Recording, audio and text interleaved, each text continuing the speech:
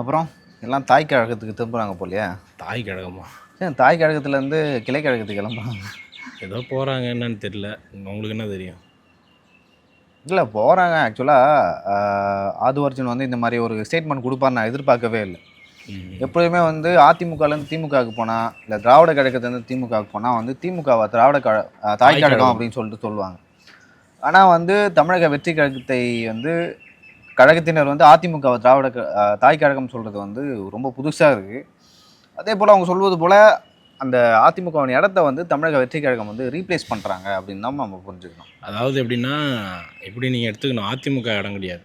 திமுக இடத்த வந்து தாவேக எடுத்துக்கிட்டாங்க, அதிமுக இடத்த வந்து திமுக எடுத்துக்கிட்டாங்க. இல்லை இல்லை இல்லை, திமுக இடம் எப்பயுமே ஸ்டாண்டாக தான் இருக்கும். திமுக ஆமாம். இல்லை, இதுக்கப்புறம் நடக்க போகிறத நீங்கள் பாருங்கள், அப்படி தான் உங்களுக்கு தெரியும். அதாவது எப்படின்னா, திமுக வந்து ஸ்ட்ராங்காக இருக்காங்கன்ட்டு இன்னமும் கட்டமைச்சிட்டு இருக்காங்க, அவ்வளோதான். கூட்டணி இல்லை. இல்லை நீ ஓகே, நீ அப்போ உன்னோட பில்டிங்க்கு வந்து ஒரு பேஸ்மெண்ட்னா, இப்போ பெரிய பில்டிங்க்குன்னா அது கீழே வந்து அந்த தூண் இருக்கும். அந்த தூணை ஒன்று உருவுனா அந்த பில்டிங் என்ன பண்ணும்? அதிமுகவுக்கு வந்து இது வரைக்கும் அவங்க முன்னாடி நிரூபிச்சிருக்காங்க, கூட்டணி இல்லைனாலும் வெற்றி பெறலாம் அப்படின்னு சொல்லிட்டு ஜெயலலிதா காலத்தில் நிரூபித்த கட்சி. ஆனால் திமுக இது வரைக்கும் அவங்க தலைவர் முன்னாள் தலைவர். நான் கூட்டணியை பற்றி பேசலை, சித்தாந்த ரீதியாக பேசுகிறேன். அதே போல் வந்து வரலாற்றில் வந்து திமுக 67லேருந்து திமுகவுக்கான இடம் வந்து ஸ்டாண்டர்டாக இருக்குது. ஓகேவா? இப்போ திமுகலேருந்து யாரும் வந்து தமிழக வெற்றி கழகத்துக்கு போகல. ஒரு சில பேர் வந்து முன்னாள் எம்எல்ஏக்கள், முன்னாள் எம்பி, சின்ன பேர் தான் வந்து போயிருக்காங்க. சிறிய ஆதரவாளர்கள். அதுதான் நான் சொல்ல வரேன். இப்போது சிறிய ஆதரவாளர்கள் நீங்கள் கூட்டணி இல்லாமல் ஒரு தேர்தலை சந்திக்கும் போது, அதுவும் குறிப்பாக கம்யூனிஸ்ட்டு, திமுக, அதாவது வந்து காங்கிரஸ், விசிகா, அப்புறம் வந்து ஐயுஎம்எல்ஏ, இந்த மாதிரியான கட்சிகளில் வந்து நீங்கள் கூட்டணி சேர்க்காமல் ஒரு தேர்தலில் ஃப்ரெஷ்ஷாக சந்திக்கும் போது தான் உங்களுடைய பலம், முழுமையான பலம் என்னன்றது தெரிய வரும். அதிமுக வந்து கடந்த தேர்தலில் கூட்டணி இல்லாமல் திணறிட்டு அவங்களோட ஒரு முடிவுக்கு வந்துட்டாங்க. திமுகவும் வரும் தேர்தல்களில் அந்த மாதிரியான ஒரு சிக்கலில் சிக்குன்னு நான் சொல்கிறேன். இல்லை, அவங்களுக்கு ஆப்ஷன் இருக்குது, நிறைய ஆப்ஷன் இருக்குது. இப்போ திமுக வந்து இப்போ அதிமுக வந்து தனியார் நிலம் வந்து ஏற்கனவே பெருச வெற்றியை பெறுவாங்கன்னு கேட்டிங்கன்னா பெறமாட்டாங்க. அது கண்கூடாக தெரியுது. ஏன்னா நிர்வாகிகள் வந்து இந்த பக்கம் போகிறாங்க. ஓகேங்களா? ஆனால் திமுகவுக்கு வந்து அந்த மாதிரி இல்லை. அவங்க வந்து கிட்டத்தட்ட ஒரு 30% மேலே எடுத்திருக்காங்க, ப்ளஸ் கூட்டணியோட சேர்த்து. இல்லை, கூட்டணியோட சேர்த்து 30% வரலையா? 27%. 27, சரி 27% வாங்கியிருக்காருன்னு வச்சுங்களேன். கொஞ்சம் தள்ளி இல்லை, ஃப்ரேம் வந்து கரெக்டாக ஒரு 27% வந்து வாங்கியிருக்காங்க. அப்படி வாங்கியிருக்கும்பொழுது அவங்க எப்படி பார்க்குறாங்கன்னா இந்த விஷயத்த, சரி நம்மளோட வந்து அதிமுக பின்தங்கி இருக்கிறாங்க, நாம் வந்து அதிமுக கூட்டணி போக தேவையில்ல, அதிமுக நம்மள்கிட்ட வரும். அதை தாண்டி வந்து அவங்க வந்து ஒரு புது ஆப்ஷன்ஸ் வந்து எக்ஸ்ப்ளோர் பண்ணலான்னு பார்க்குறாங்க. இப்போ திரும்ப பிஜேபி கூட கூட்டணி வச்சா எப்படி இருக்கும்? இல்லை அண்ணாமலை நம்மளுக்கு ஆதரவு கொடுத்தா எப்படி இருக்கும்? இல்லை நாம் தமிழர் நம்ம கூட வந்து கூட்டணி வச்சா எப்படி இருக்குன்னு சொல்லிட்டு வேரியஸ் ஆஸ்பெக்டில் அவங்க பார்க்குறாங்க. உங்களுக்கு வடகரி மாதிரி இருக்கும். சரி, வேறு ஆப்ஷன் அவங்களுக்கு என்ன இருக்குது? இப்போ நாம் தமிழர்களோட எதிர்காலம் என்ன? அதிமுக எதிர்காலம் என்ன? திமுக எதிர்காலம்? இப்போ எனக்கு தெரிந்த எல்லா கட்சிகளோட எதிர்காலமும் கேள்விக்குரியதாக இருக்குது. இல்லை, இப்போ நீ அப்படி பார்த்தீங்கன்னா விடுதலை சிறுத்தைக்கு வந்து திமுக கூட்டத்தில் என்ன இருந்ததுன்னா அந்த கட்சிக்கு ஸ்கோப்பே இல்லை. கம்யூனிஸ்ட்டுக்கு அப்படி தான், இஸ்லாமிய இயக்கங்களுக்கும் அப்படி தான், எல்லா ஜாதி கட்சிகளுக்கும் வந்து அப்படி தான். ஓகேங்களா? தமிழ்நாட்டில் இருக்கிற எல்லா ஜாதி கட்சிகளோட எதிர்காலம் வந்து கேள்விக்குறியாக இருக்குது இந்த எலெக்ஷனில். அப்படி தான் ஜாதி கட்சிகள்னு எந்த கட்சியும் முத்திர குத்தாதீங்க, அது வந்து தவறான சொல்லாடம். அப்புறம் சமூக ரீதியான கட்சிகள், மத ரீதியான கட்சிகளாகட்டும், சமூக ரீதியான கட்சிகளாகட்டும், அவங்களுக்கு எதிர்காலம் வந்து கேள்விக்குறியாக இருக்குது அப்படின்னு தான் சொல்லிட்டுருக்காங்க. ஆக்சுவலாக கொஞ்சம் ஸ்பீடாக பேசினா நல்லாயிருக்கும், பார்வையாளர்கள்லாம் வந்து சொல்லிருக்காங்க. நம்ம ரொம்ப ஸ்லோவாக பேசுகிறீங்க. சரி, சொல்லுங்கள். ஸோ அப்படி இருக்கும்போது எல்லா ஜாதி கட்சிகளோட எதிர்காலமும் கேள்விக்குறியாக இருக்குது. அதே போல் மதவாத கட்சிகள், அது எந்த கட்சி வேணால் இருக்கலாம், அவங்களோட கட்சிகளும் வந்து கேள்விக்குறியாக இருக்குது. நீங்கள் சொன்ன மாதிரி வந்து திமுகவோட எதிர்காலம் என்ன? நீ சொன்ன திமுகவோட இடத்துக்கு வந்து தாவேகா வந்திருக்கு அப்படின்னு சொல்லிட்டு சொன்னேன். அந்த கூட்டம் நான் ஏற்றுக்கல. ஏன் ஏற்றுக்கலைன்னா வந்து அண்ணாமலை என்ற ஒரு ஃபோர்ஸ் வராரு, அவர் என்ன தாக்கத்தை ஏற்படுத்துவாருன்னு தெரியல. இந்த எலெக்ஷனில் வந்து ஆன்டி இன்கம்பன்சி இருக்கும். அந்த ஆன்டி இன்கம்பன்சி அடுத்த தேர்தலில் வந்து எப்படி தாவேக்காவை அஃபெக்ட் பண்ணணும் நம்மளுக்கு தெரியல. ஆன்டி இன்கம்பன்சி நீங்கள் சொல்கிறத, அதை யார் அறுவடை பண்ண போகிறான்னு ஒன்று இருக்குது இல்லை, திமுகவா? இல்லை, எனக்கு தெரிஞ்ச வந்து அண்ணாமலை வந்து ஸ்கோர் பண்ணுறதுல ரொம்ப ஈஸியாக ஸ்கோர் பண்ணுவார் அந்த விஷயங்கள்லாம். ஒருவேளை அவரு தான் பக்கம் அந்த வாக்குகளை எழுக்கிறாரா அப்படின்னு ஒரு விஷயம் இருக்குது இல்லை. அப்போ நீங்கள் இன்னும் காலம் எடுத்துக்கணும், திமுகவுடைய பிளேஸ் என்னன்றது இன்னமும் காலம் எடுத்துக்கணும். இப்போ இருக்கிற ஸ்டேட்டஸை பொறுத்த வரைக்கும் திமுகவுக்கான இடம் அதான். அதுக்கு ஆல்டர்னேட்டிவ் யாராவது இருக்காங்களா? இல்லை. ஆனால் திமுக கூட்டணி இல்லாமல் வெற்றி பெற்றதில்ல. அவங்க எலெக்ஷனை வந்து தனியாகவும் எதிர்கொள்ள போகிறதில்ல. பட் யாரு கூட வந்து திமுக கூட்டணி வைக்க போகிறாங்க? ஏன்னா இந்தியா கூட்டணியில் வந்து நாங்கள் டெல்லியிலேருந்து ஒருத்தர் சொல்கிறாரு, இன்னும் வந்து திமுக இந்தியா கூட்டணி தான் இருக்குது அப்படின்னு சொல்லிட்டு ஒருத்தர் சொல்கிறாரு. அதுக்கு வந்து திமுக தரப்புலேருந்து நாங்கள் இந்தியா கூட்டணி கூட்டத்தில் வந்து பங்கேற்க மாட்டோம்னு சொல்லிட்டு பங்கேற்கல. திருமாவளவனும் அதை சொல்லிருக்காரு. திமுக வந்து பங்கேற்காதது வந்து வருத்தம் அப்படின்னு சொல்லிட்டு இருக்காரு. ஸோ எனக்கு புரிஞ்சிக்க முடியல, காங்கிரஸ் வந்து ஏன் அந்த மாதிரியான ஸ்டேட்மெண்ட் கொடுக்குறாங்க, இன்னுமே வந்து இந்தியா கூட்டணியில் வந்து திமுக இருக்குன்னு சொல்லிட்டு எக்ஸ்பெக்ட் பண்ணுறாங்களா அப்படின்னு சொல்லிட்டு தெரியல. ஒருவேளை தேசிய தலைமை விரும்புதோ? தேசிய தலைமை விரும்பினாலும் வந்து அது எந்த அளவுக்கு பாசிபிலிட்டின்னு தெரியல. நீங்க அத்து விட்டு போறீங்க பாதிலே. இல்ல காங்கிரஸ்ல வந்து தனிச்சையான முடிவு எடுக்கக்கூடிய ஒரு ஆளுன்னு யாரும் இல்லைல்ல. தடி எடுத்தாலும் தண்டல்காரன் நீங்கள் தான் அடிக்கடி சொல்லுவீங்க. தேசிய அளவுலையும் அந்த அரசியல் இருக்கும்ல, திமுகவனுடைய லாபி அங்கே இருக்கலாம்ல. சரி, இனிமேல் என்ன பண்ண முடியும் நினைக்கிறீங்க? இனிமேல் தெரியல. இல்லை, இப்போ உதயநிதி வந்து எப்பயுமே அப்படி வந்து ரொம்ப கடுமையாக கூட்டணி கட்சிகளை பேச மாட்டார். முதுகில் குத்திட்டு போயிடுச்சு திமுக, காங்கிரஸ் அப்படின்னு சொல்லிருக்காரு உதயநிதி ஸ்டாலின். அவர் கூட்டணி கட்சிகளை ரொம்ப ஹார்ஷெல்லாம் ஹேண்டில் பண்ண மாட்டார். அடிச்சா எதிர்கட்சிகள் அடிப்பார். எதிர்கட்சியில கூட இந்த ஹார்ஷாக அடிக்க மாட்டார், கொஞ்சம் திணறி தான். ஆனால் அவர் வந்து காங்கிரஸ் இந்த மாதிரியான ஒரு சொல்லாடலை வந்து பயன்படுத்திக்கிறாரு. என்னை பொறுத்த வரைக்கும் இனிமேலும் திமுகவும் காங்கிரஸும் வந்து கூட்டணி சேருவார்களா? இது வந்து வரலாற்றில் வந்து ஒரு 10 வருஷம் கட்சி வந்து இதெல்லாம் வரலாறு. காங்கிரஸ் வந்து கழிச்சு விட்டு போயிட்டாங்க, ரிசர்ச் வந்து ஒரு 3வது நாளே அப்படின்னு சொல்லிட்டு அது வரலாறுல பதிவு. அது கூட வரலாறு என்ன ஒன்றுனா, அதிமுக திமுகலாம் வந்து கூட்டணி பேசுனது இன்னும் பெரிய வரலாறு. அது ஆமாம், அது பெரிய வரலாறு. பேசினது அது நடந்திருந்தால் அவ்வளோதான், அது இன்னும் வந்து பெரிய வரலாறு. அதுக்கப்புறம் வந்து 2 கட்சிக்குமே எதிர்காலமே இருந்திருக்காது, அந்த மாதிரி ஆயிருக்கும். ஸோ இந்த மாதிரி கடம்பூர் ராஜி போயிருக்காரு, ஒரு சம்பத் போயிருக்காரு, ஆனந்த் அவர்கள் வந்து திருப்பூர் எம்பி அந்த ஆனந்த் அவர்கள் போகிறதா இருந்தது. பட் ஹோலில் இருக்காங்க. ஆனால் விஜயபாஸ்கர் அவர்களோ சிவி சண்முகம் அவர்களோ வந்து இன்னும் அவர் நம்ம முடிவுகளை வந்து தங்கமணி அவர்கள்லாம் வந்து ரொம்ப வந்து சைலண்ட்டாக இருக்காங்க. அந்த அமைதிக்கு பின்னாலையும் வந்து ஒரு காரணம் இருக்கிறதா சொல்கிறாங்க. அது என்னன்னு தெரியுமா உனக்கு? தெரியல, எனக்கு தெரியல.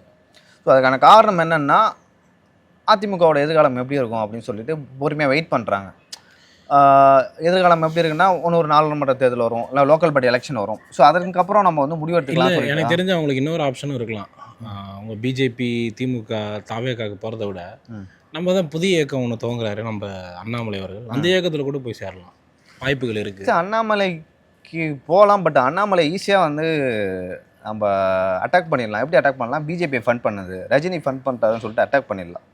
ஓகேங்களா? அதுக்கான பாசிபிலிட்டி நிறையா இருக்குது. இப்போயே சொல்ல ஆரம்பிச்சிட்டாங்க. ஏன்னா விஜய் அவர்கள் வந்து முதல்வர் விஜய் வந்து கட்சி துவங்கும் போது பெருசாக பாஜகவுக்கு அவருக்கு அட்டாச்மெண்ட்லாம் கிடையாது. ஆனால் அப்படி இருந்தபோதே எதிர்கட்சிகள் வந்து அவர் பாஜகவோட பி டீம்னு சொல்லி இது பண்ணாங்க. அண்ணாமலைக்குன்னா சொல்ல வேணாம், நேச்சுரலாகவே சொல்கிறாங்க. போய் அமித்ஷா எதுக்கு பார்த்தாரு? ராஜினாமா பண்ணிட்டு வர எதுக்கு அமித்ஷாவை பார்த்தாரு?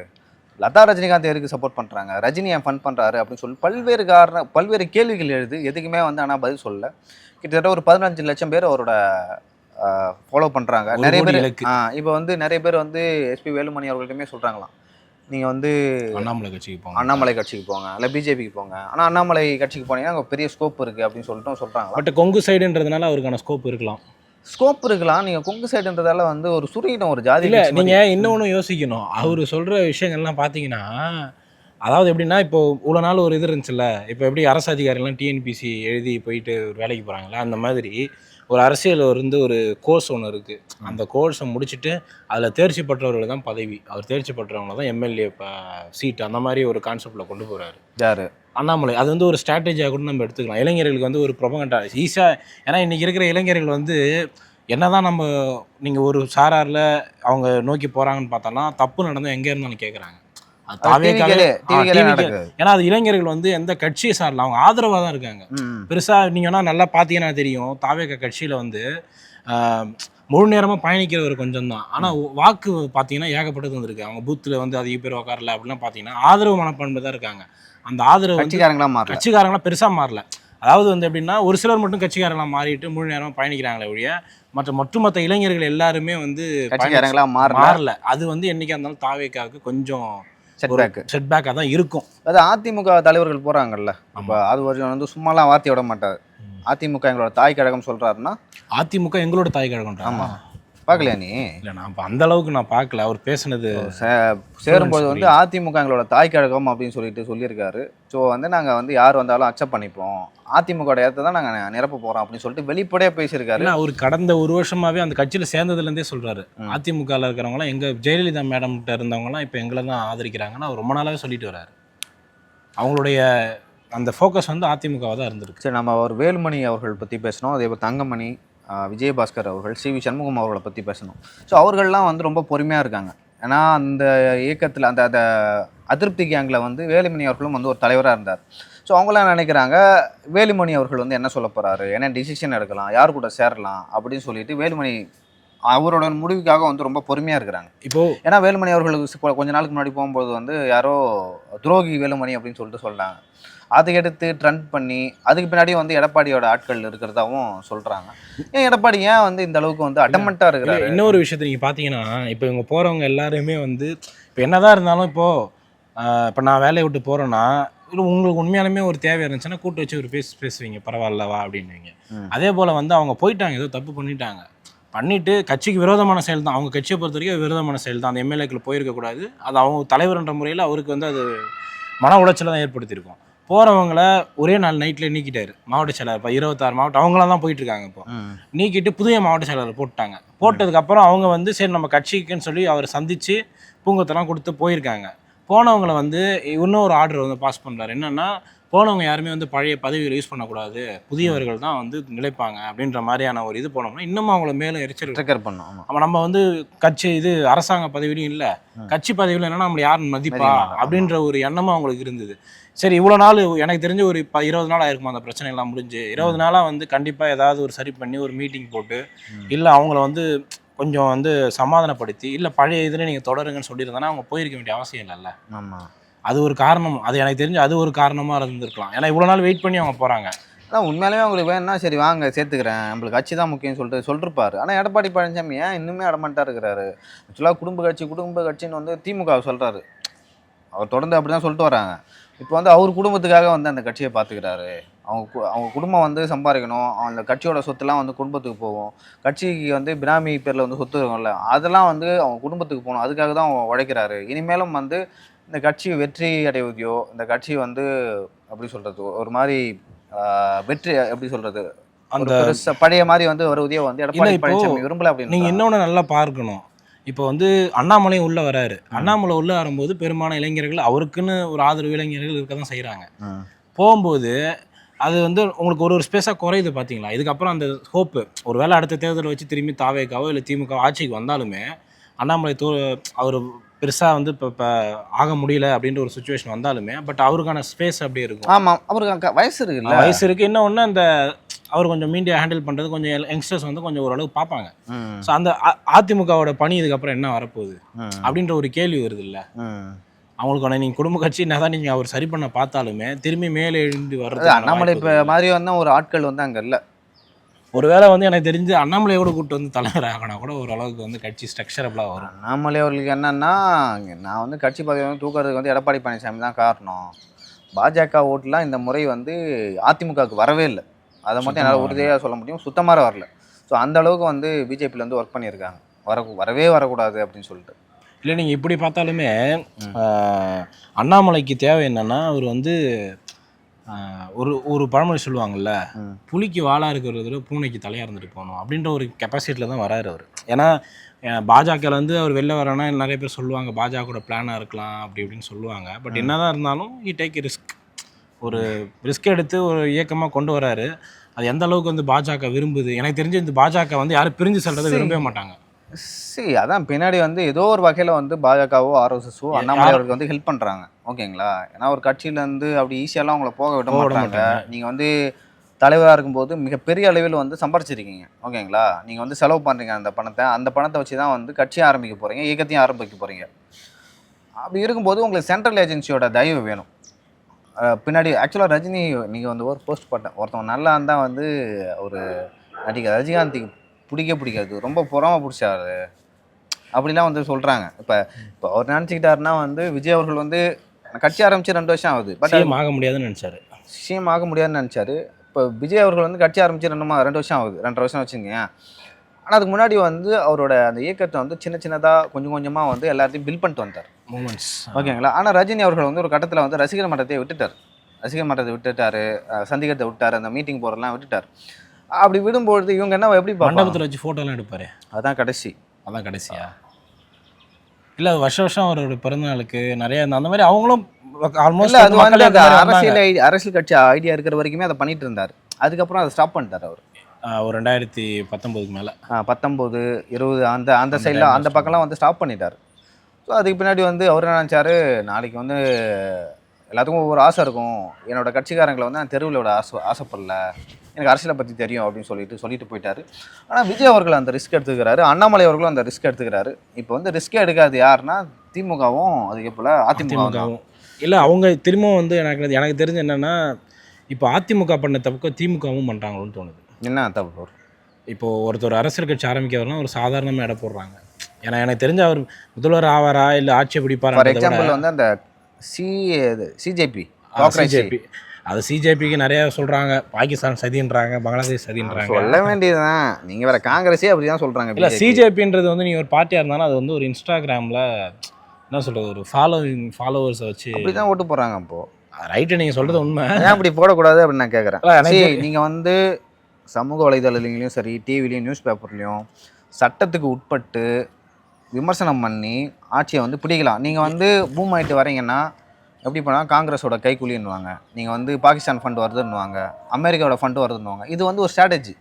யாரெல்லாம் ஏற்கனவே வந்து தேசபக்தியை வச்சு அரசியல் பண்ணுறாங்கல்ல, அவங்களுக்கான ஒரு ஸ்ட்ராட்டஜி. இப்போ வந்து பிஜேபி பற்றி வந்து நம்ம கேள்வி கேட்டால், அப்போ நீங்கள் வந்து அமெரிக்காவுக்கு பயப்படலையா? பாஜக இந்த கொரோனா மாத்திரை வந்து தரலாம் வந்து அவ்வளோதான் அப்படின்னு சொல்லிட்டு ட்ரம்ப்னார். இவங்க உடனே வந்து அனுப்பிவிட்றாங்க அதோட மூலப்பொருளை. சரி, அது ஓகே, அது இருக்கட்டும். எனக்கு தெரியாது, சரி மீடியா அவங்க கண்ட்ரோலில் இருக்குது. யாராவது புதுசாக அந்த மாதிரி வந்தாங்கன்னா வச்சுங்களேன், அவங்கள அந்த மாதிரி பண்ணுவாங்க. இப்போ திமுக வந்து டிவிகேவை பண்ணலையா? நீ காங்கிரஸ் ஜனதாவோட பார்ட்டியோட லீடர் வந்து ஃபாரின்லேருந்து வந்தாரா? இல்லை அவர் பேட்டிலாம் கொடுத்தார்ல இன்னைக்கு. பார்த்தேன். அது ஒரு யங்ஸ்டர்ஸ் தான் ஃபுல்லாக. ஆமாம், சரி. அதாவது இந்த ட்ரெடிஷ்னல் பாலிடிக்ஸ்னு சொல்லுவாங்கல்ல, அதை வந்து அப்படியே அது வந்து முடியுது. எனக்கு தெரிஞ்சது தமிழ்நாட்டில் மட்டுமே இல்லை, இந்தியா ஃபுல்லாக முடியுது. அதுக்கு தமிழ்நாடு தான் தொடக்க புள்ளியா அப்படின்னு நான் ஃபீல் பண்ணுறேன். ஏன்னா இங்கே 2 ட்ரெடிஷ்னல் பார்ட்டியும் காலி பண்ணி அது ஆல்ரெடி வந்து அரவிந்த் கெஜ்ரிவால் போன்ற ஆட்கள்லாம் வந்து அதை ப்ரூஃப் பண்ணி காமிச்சிருக்காங்க. பட் இப்போ தான் அரவிந்த் கெஜ்ரிவால் வந்து காங்கிரஸ் இடத்தை ஃபில் பண்ணார். ஓகேவா? அவர் இன்ஸ்டாகிராம் மூலமாக வரல, அந்த அண்ணா ஹசாரே போராட்டத்தில் வந்தார். அப்போ இருந்த குறைஞ்சபட்சம் தகவல் தொழில் தொடர்பு அந்த மூலியமாக தான் அவர் வந்து சரி அங்கே ட்ரெடிஷ்னலாக வந்து ட்ரெண்டியாகவும் இருந்தது, ட்ரெடிஷ்னலாகவும் இருந்துச்சு பிரச்சனை. அது அங்கே இப்போ முழுக்க வந்து ட்ரெண்டியாக சோஷியல் மீடியாவில் அதன் வாயிலாக அதே போல் டிவி பேப்பர் மூலமாக வந்து வராங்க. மிக முக்கியமாக சோஷியல் மீடியா மூலமாக தான், குறிப்பாக இன்ஸ்டாகிராமு, ஃபேஸ்புக்கு, எக்ஸ் அப்படின்னு சொல்லிட்டு வராங்க. எனக்கு பர்சனலாக தோணுது, அதை நீங்கள் எப்படி எடுத்துக்கிறீங்கன்னு தெரியல. அதிமுகவுடைய அந்த இப்போ நடக்க போகிற அந்த அவங்களோட இடத்த வந்து தாவேக்கா பிடிச்சி அவங்க வந்து ஆட்சியும் பிடிச்சிட்டாங்க.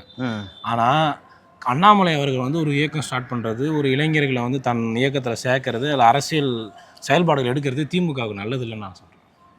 திமுக வந்து அந்த ஸ்பேஸை கொடுக்காதுன்னு நினைக்கிறேன் அண்ணாமலைக்கு. இல்லை, நீங்கள் அப்படி எடுக்க முடியாது. ஏன்னா அவருக்கு அண்ணாமலைக்கான நிறைய இளைஞர்கள் சப்போர்ட் இருக்குது. கண்டிப்பாக அவர் சும்மா இருக்க மாட்டார்.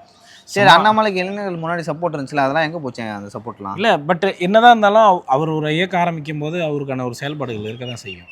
எப்படி தாவேக்காவுக்கு வந்து ஒரு கூடாது அப்படின்னா, தாவேக்காவே நிறைய பேர் ஆரம்பத்தை அண்டர் எஸ்டிமேட் பண்ணாங்க.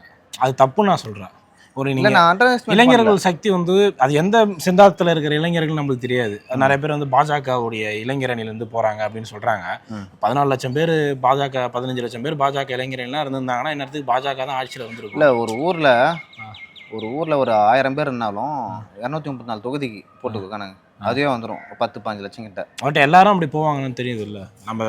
இல்லை, நீங்கள் ஊருக்கு 1000 பேர் பாஜகவுக்கு இருக்காங்களா? இல்லை, நான் இளைஞர்கள் சும்மா இப்போ நான் வந்து எப்படிப்பா போகிறது அப்படின்னு சொல்லிட்டு கூட வந்து இல்லை. எனக்கு என்னதுன்னா, இளைஞர்கள் சக்தி எந்த இடத்துல மொத்தமாக ஒன்று சேர்ந்தாலும் அந்த நீங்கள் சொன்ன அந்த ட்ரெடிஷ்னல் கட்சிகளுக்கு எப்பயுமே வந்து பாதிப்பு. அதை நம்ம இல்லை அண்ணாமலை வருது வந்து இல்லை, நான் வந்து அண்ணாமலை அவர்களுக்கு வந்து அவர் ஆட்சியை பிடிப்பாரு அந்த மாதிரி இல்லை. பட் எதிர்கட்சி அந்தஸ்து, அதாவது எதிர்கட்சி அந்தஸ்துனா சீட் கன்வர்சேஷன்ல இல்லை. இப்போ அதிமுக வந்து விஜய் எப்படி டேமேஜ் பண்ணாரோ அந்த மாதிரி அண்ணாமலை வந்து திமுக டேமேஜ் பண்ணுவார். ஆனால் எதிர்கட்சி ஸ்பேஸ் வந்து நான் வந்து எப்படின்னா திமுக அந்த இடத்துல வந்து அடிபடுத்தாங்க. அவங்க வந்து மாற்றிப்பாங்கன்னு நினைக்கிறேன் அவங்க ஸ்ட்ராட்டஜி. இல்லை, உங்களுக்கு நீங்கள் திமுக மாற்றிப்பாங்கன்னு சொல்கிறீங்க, திமுகவுக்கான ஸ்ட்ராட்டஜி என்ன இருக்கும் இப்போ தெரியல. நீங்கள் சட்டமன்றத்தில் குரல் கொடுக்கலாம், மக்கள் மன்றத்தில் தெளிவாக பேசக்கூடிய ஆட்கள் யாரும் இருக்கா? இல்லை, அண்ணாமலை என்ன மாதிரியான ஸ்டாண்ட் எடுக்க போகிறான்னு நம்மளுக்கு தெரியல இன்னும். அதுக்கேற்ற இப்போ உன்னோட நீ என்னை எப்படி அடிக்க போகிறேன்னு தெரியாமலே, அப்பா இவன் இப்படி தான் நீ கண்ணால் சுட போறியா கத்தியால் குத்த போகிறேன்னு தெரியாமே நான் வந்து ஒரு ப்ரிப்ரேஷன் பண்ணி வச்சுட்டா வச்சுங்க. நீ டக்குன்னு எடுத்துக்காது, நீ கத்தியால் குத்த வரேன்னு வச்சு தெரியலன்றதே எனக்கு ஆச்சரியமாக இருக்குது. ஒரு இளைஞர் சக்தியாக மாற்றத்தை நோக்கி கொண்டு வரோம். ஆல்ரெடி மாற்றம் நிகழ்ந்து தான் தாவேக்கா இருக்குது. இதுல இருந்து என்ன ஒரு மாற்றத்தை கொண்டு வர சொல்லி ஒரு வேர்டு வைக்கிறாங்கன்னா வேற என்னவா இருக்கும்? இல்லை, உனக்கு வந்து சீமான் மாற்றம், அதே போல் விஜய் மாற்றம், அண்ணாமலை மாற்றம், எத்தனை மாற்றம்னு கேட்குறேன். சரி, அதே மாற்றத்தை தான் சீமானும் முன் வச்சாரு. ஏன் சீமானுக்கு ஓட்டு போடல? இப்போ அண்ணாமலையும் அதே மாற்றத்தை தான் முன் வைக்கிறாரு. ஓகேவா? ஏன் நான் அண்ணாமலைக்கு ஓட்டு போடணும்? அந்த கேள்வி இருக்குல்ல. ஓட்டு போடணும் அவரு போடக்கூடாதுன்னு அவரு தலைவராக அந்த கட்சி அவர் தோத்துட்டு அந்த தோல்வியால வந்து வெளில வந்து கண்டிப்பா விரக்தியில ஆரம்பிக்கிறார் கட்சி. இருக்கலாம் பட் என்னதான் இருந்தாலும் அது திமுகவுக்கு ஒரு நல்லது இல்லைன்னு தான் நான் சொல்றேன். ஏன்னா ஆல்ரெடியே வந்து திமுக தலைவர்கள் பேசுறது எல்லாமே ஒரு ட்ரோலா கன்வெர்ட் ஆயிட்டு இருக்கு. அவங்க வந்து கெத்து நினைச்சிட்டு ஒரு இப்போ ஆராஸோட ஸ்பீச்லாம் பார்த்தீங்கன்னா அவங்களுக்கு பதிலீடு கொடுக்க வருமா இவரு வந்து ஒரு ஜென்சி மாதிரி பேசி ப்ரோன்னு சொல்றது அது அவங்களுக்கே வந்து பேக் ஃபயர் ஆகுது. அந்த அளவுக்கு வந்து இப்போ யங்ஸ்டர்ஸ்ட்டை வந்து எடுபட மாட்டேங்குது பழைய அரசியல். ஒரு புதுமையான அரசியல் யாராவது ஒருத்தவங்க வந்து பேசும்போது அந்த கருத்தியல் வந்து இளைஞர்களுக்கு பிடிக்கலாம்ல, அதை சொல்றேன். நான் பிடிக்காது அப்படின்னு சொல்லிட்டு ஏன்னா இதுக்கு முன்னாடி அண்ணாமலை அவர்கள் வந்து அப்படி பேசினாரு, ஓகேங்களா? இப்பயும் வந்து பேச போறாரு. பட் நீங்க மாற்றம் சொல்றீங்கல்ல, இல்ல மாற்றம்னா நான் தாவேக்கா இடத்த பிடிப்பாங்கலாம் சொல்ல வரல. நான் தாவேக்கா கண்டிப்பா அதை பிடிக்கிறதுக்கு இன்னொருத்தவங்க வரதுக்கு ஒரு 20 வருஷம் இல்லை 15 வருஷம் ஆகலாம். திமுக இடத்தையே பிடிப்பாரா அப்படியா அப்படின்னு சொல்லி எனக்கு தெரியல. பட் திமுக வந்து அந்த அளவுக்கு அண்ணாமலை விட மாட்டாங்களோ அப்படின்னு நான் ஃபீல் பண்றேன். ஏன்னா ஏற்கனவே ஒரு அடிபட்டிருக்காங்க அவங்க, ஓகேங்களா? அடிப்பட்டவனுக்கு தான் வந்து எப்படி வந்து அதில் வந்து காப்பாற்றிக்கிறதுன்னு தெரியும். அப்படி இருக்கும்போது இப்போ எடப்பாடி பழனிசாமி வந்து விஜய் விட்டுட்டு வேடிக்கை பார்த்தாரு, கூட்டணிக்கு வருவோம்னு சொல்லிட்டு வரமாட்டாமல் போயிட்டார், ஓகேவா? அண்ணாமலையும் வந்து நாளைக்கு அதை பண்ணலாம், நம்ம அண்ணாமலைக்கான அந்த ஸ்பேஸை கொடுக்கக்கூடாது அப்படின்னு சொல்லிட்டு. இல்லை ஸ்பேஸ் கொடுக்கறதுக்கு இவங்க யாரு இல்லை எனக்கு தெரியல. ஏன்னா இவங்க அண்ணாமலையோட அதிகமாக செயல்பட்டா, வீரியமாக செயல்பட்டா உங்களை யார் ஏற்றுப்பா? உங்களுக்கு எல்லாத்துக்கான கேள்விகள் வரும்ல. நீங்கள் இப்போ ஒரே ஒரு வார்த்தை திமுகவுக்கு மாற்று அதிமுகன்னு சொல்லி ஒரு பிரச்சாரம் பண்ணாங்க. நீங்க பண்ணது தான் அவங்களும் ஊழல் பண்ணாங்க, அதை பண்ணாங்க, இதை பண்ணாங்கன்னு சொல்லல. நீங்க என்ன வச்சு அப்போசிஷன் பண்ணுவீங்க? இப்போ நீங்க ஒன்றும் இல்லை, இந்த இடத்துல வந்து ஒரு ஊழல் நடக்குதுன்னு பேசுனா இன்னைக்கு இருக்கிற இளைஞர் வந்து அதை எடுத்து பெருசா போடுவான். நீங்க உங்க ஆட்சியில தான் இது கட்டினதுன்ட்டு போயிடுவான். அப்போ நீங்க என்ன மாதிரி அரசியலை கொண்டு போக முடியும்? அதான் பழைய அரசியல் வந்து அது வந்து புளிச்சு போச்சு. இப்போ புதுசா சரி நம்ம அப்படியே எல்லாம் சொல்ற முடியாது, ஓகேங்களா? அப்படின்னா காங்கிரஸ் வந்து 100 இடத்துல வந்து இந்த பார்லிமெண்ட் எலெக்ஷனை வின் பண்ணிருக்காரு. பட் காங்கிரஸ் தெலுங்கானால வின் பண்ணிருக்காரு, கர்நாடகாவில் ஹிமாச்சலில் வந்து வின் பண்ணிருக்காரு, ஹிமாச்சலான்னு தெரியல, அப்படி வின் பண்ணிருக்காரு. நான் என்ன சொல்றேன்னா, ஓகே நீ சொல்றது ஒரு பார்வை, ஓகேங்களா? புளிச்சு போச்சு, மொத்தமா அதிமுகவும் திமுகவையும் வந்து தூக்கி எறிய போறாங்க அப்படின்னு கேட்டீங்கன்னா தூக்கி எறிய போறாங்கன்னு இல்லை, கொஞ்சம் ஸ்பேஸ் குறையுன்னு சொல்றேன். இல்லை குறையும், பட் அது அண்ணாமலை வின் பண்றதுக்கான வாய்ப்புகள் இல்லை. வின் பண்ண கமலை வந்து எப்படி அடிச்சாங்க தெரியுங்களா? 21ல ஒரு பிஜேபியோட பி டீம் அப்படின்னு சொல்லிட்டு காலி பண்ணாங்க, சகாயத்தை அப்படி காலி பண்ணாங்க. அதாவது இப்போ நீங்க இப்படி எடுத்துக்கலாம், பிஜேபியோட பி டீம்னு யாரு வந்து அண்ணாமலை சொல்றாங்கன்னு ஒரு விஷயம் இருக்குது இல்ல, திமுகவா தாவேகாவா? கண்டிப்பா வந்து 2 பேரும் சொன்னா 2 பேரும் சொல்றதுக்கு வாய்ப்பு இல்லை. உங்களை வந்து உங்களுக்கு மேல இருக்கவங்கள தான் விமர்சனம் பண்ணுவாங்க, மறந்து கூட கீழே இருக்கவங்கள வந்து திமுக வந்து விமர்சனம் பண்ண மாட்டாங்க. ஓகே நீ சொல்றதெல்லாம் கரெக்டு தான். பட் அண்ணாமலை வந்து ஒரு கொங்கு மண்டலத்தில் வேணா ஒரு ஆதிக்கம் செலுத்தலாம், இந்த ஒட்டுமொத்த தமிழ்நாட்டையும் வந்து ஒரு பெரிய தாக்கத்தை செலுத்துவாரா அப்படின்னு கேட்டீங்கன்னா நான் செலுத்த மாட்டாரு அப்படின்னு தான் நினைக்கிறேன். செலுத்த மாட்டாரு தான், அது எனக்கு புரியுது. பட் இருந்தாலும் அந்த எதிர்கட்சி என்ற அந்த குரல் இருக்குல்ல, அதை வந்து ஒரு வேலை வந்து பிடிக்கிறதுக்கான வாய்ப்பு. இப்போ சீமான் தான் 8% வாங்கினாரு, அவர் எந்த குரலில் பேசினார்னா அதே எதிர்கட்சி குரல். அதிமுக கேட்காத கேள்வியை கேட்டார், அப்போ அதிமுக இருக்கும்போது திமுக கேட்காத கேள்வியை வந்து சீமான் கேட்டார். அதனால தான் அந்த 8% வந்தது, ஓகேங்களா? அண்ணாமலைக்கும் அந்த மாதிரி தான் வரும். பட் அவர் இன்னொரு சீமானா அப்படி நான் பார்க்குறேன், இருக்கலாம். இன்னொரு மாற்று அரசியல், இன்னொரு சீமான், ஒரு 8%. எனக்கு 4% இப்போ வரவங்க யாரையுமே வந்து ஒரு அண்டர் எஸ்டிமேட் பண்ணக்கூடாதுன்னு தோணுது. நம்ம இன்னும் பாடங்கள் நிறைய கற்றுக்கணும்.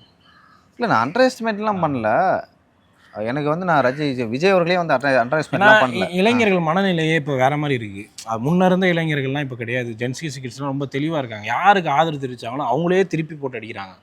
அந்த ஒரு விஷயமும் என்னவோ எனக்கு தெரிஞ்சு வந்து ஒரு டவுட்ஃபுல்லாகவே இருக்கு.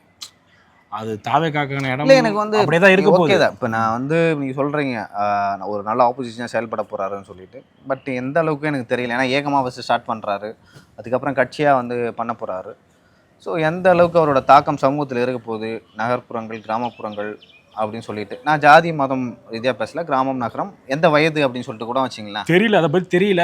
பட் ஆனால் எனக்கு தெரிந்து வந்து எதிர்கட்சிகளுக்குள்ளே இப்போது சண்டை வரும். எதிர்கட்சிகளுக்கான இடம் வந்து இப்போது போட்டியில் தான் இருக்குது. நீங்கள் வந்து சட்டப்பேரவையில் வந்து நம்பர்ஸில் வந்து நீங்கள் எதிர்கட்சி தலைவராக இருக்கலாம், பட் ஆப்போசிஷன் பண்ணுறதுல யார் அதை ப்ரூவ் பண்ண போகிறான்னு எனக்கு தெரியல. ஏன்னா கிட்டத்தட்ட ஆல்மோஸ்ட் ஒரு 4 பேர் அந்த ரேஸில் இருக்காங்க. ஃபஸ்ட்டு உதயநிதி, 2வது வந்து எடப்பாடி, 3வது வந்து சீமான், இப்போ 4வது ஒரு அண்ணாமலை வராரு. இந்த 4 பேருக்குள்ள ஒரு போட்டி இருக்கும் கண்டிப்பா. எனக்கு இங்க வந்து ஸ்ட்ராங்கா இப்ப தமிழ்நாட்டுல வந்து தாவேக்கா கூட ஸ்ட்ராங்கா இருக்கு, அது கண்டிப்பா அதுல எந்த மாற்று கருத்தும் இல்ல. தாவேக்காக்கு தான் ஸ்ட்ராங் இருக்கு, ஒரு எலெக்ஷன் பலமா அவங்களுக்கு தான் இருக்கு.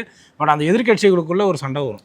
அந்த எதிர்க்கட்சியில யார் பலம், அந்த எதிர்க்கட்சி இடத்த வந்து யார் வந்து ஃபில் பண்ண போறாங்க? அண்ணாமலை. ஏன்னா அண்ணாமலை புதுசா வராரு, அவர் நிர்மல் சொல்ற மாதிரி அண்ணாமலை வந்து புதுசா என்ன பேச போறாரு, அட்ராக்ட் பண்ற மாதிரி பேச போறாரா, ஏற்கனவே பேச போகிறாரா, யாரோட இடத்த ஃபில் பண்ண போகிறாரு, அதனால் யாருக்கு பாதிப்புன்னு நம்மளுக்கு போக போக தான் தெரியும். அவர் வந்து பேச ஆரம்பிச்சிட்டாரு, அவர் கொள்கை தான், இதை நோக்கி தான் போகிறாரு அப்படின்னாவே நம்மளுக்கு தெரிஞ்சிடும். ஓகேங்களா? அவர் பிஜேபியும் அட்டாக் பண்ணுவார் அப்படின்னு சொல்லிட்டு சொல்கிறாங்க. எனக்கு தெரிஞ்ச பிஜேபி ரொம்ப அட்டாக் பண்ணுவார்னு நினைக்கிறேன். அட்டாக் பண்ணுவார்.